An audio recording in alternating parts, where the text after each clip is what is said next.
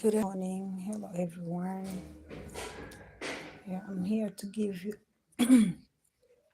some tips on how to start poultry as poultry farmers.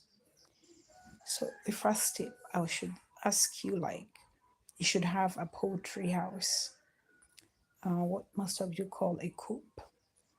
But if it's your first time to begin,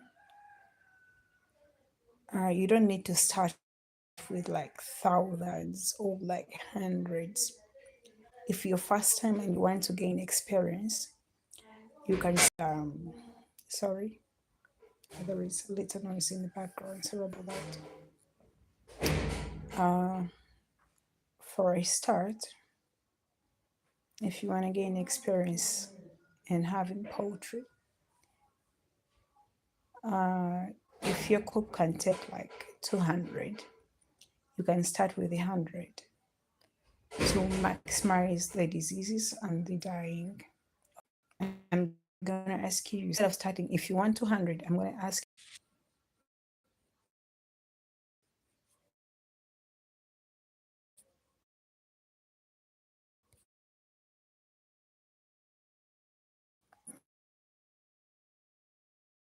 before you even bring in the chickens, and then sometimes we use or um, pots or a charcoal stove in my local language that we call the sigiri. You will need those. And then when building up the brooder, you will need cardboards or boxes. They are those large boxes, big boxes, the paper boxes. So you make it round to make a round shape. And then you will need papers to lay down the hope in providing warmth. And also they protect their chicks when they are really young. They don't know how to feed properly, so they're not used just 1 day, 2 days. So these papers will hold the water they pour, because pour on water. So after like 2 days, you have to most first normally lay those papers for almost a week. And when a week is done, we normally use boxes, paper boxes, the bigger carton boxes, like for 1 week. When 1 week is done, there we know like they have adjusted to the weather, and when they eat the coffee husks that we lay on the floor, they cannot choke. So that's when we put the husks, and then we remove the boxes. From removing the boxes, and then you leave them there.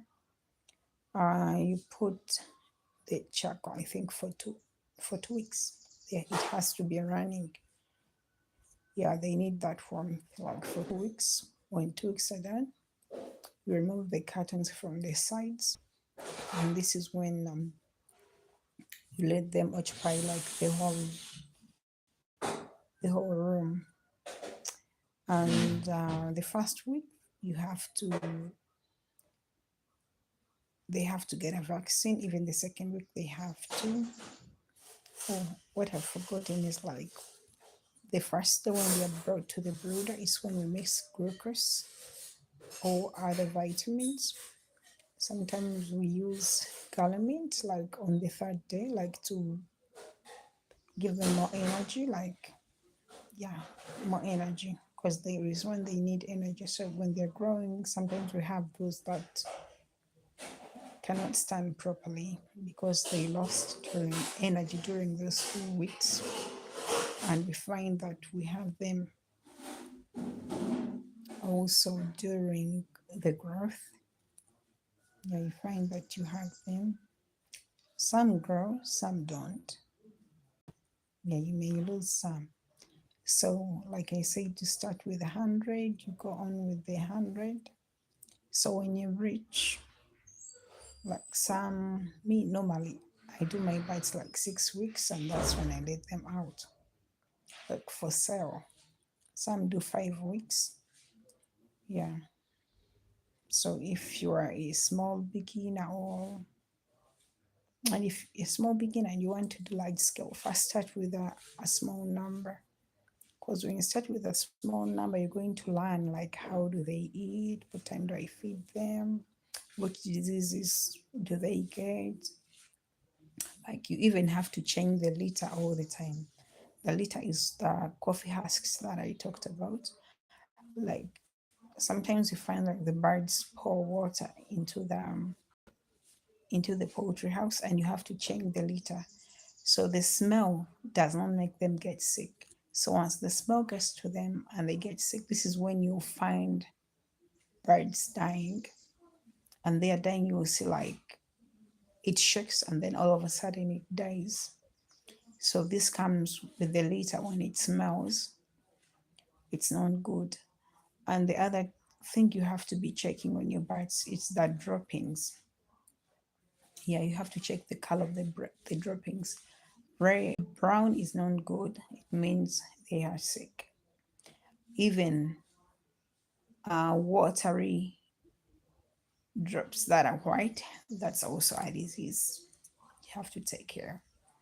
So when you start with the little birds, you get to know every step. Like here, see is yeah. If you want to start,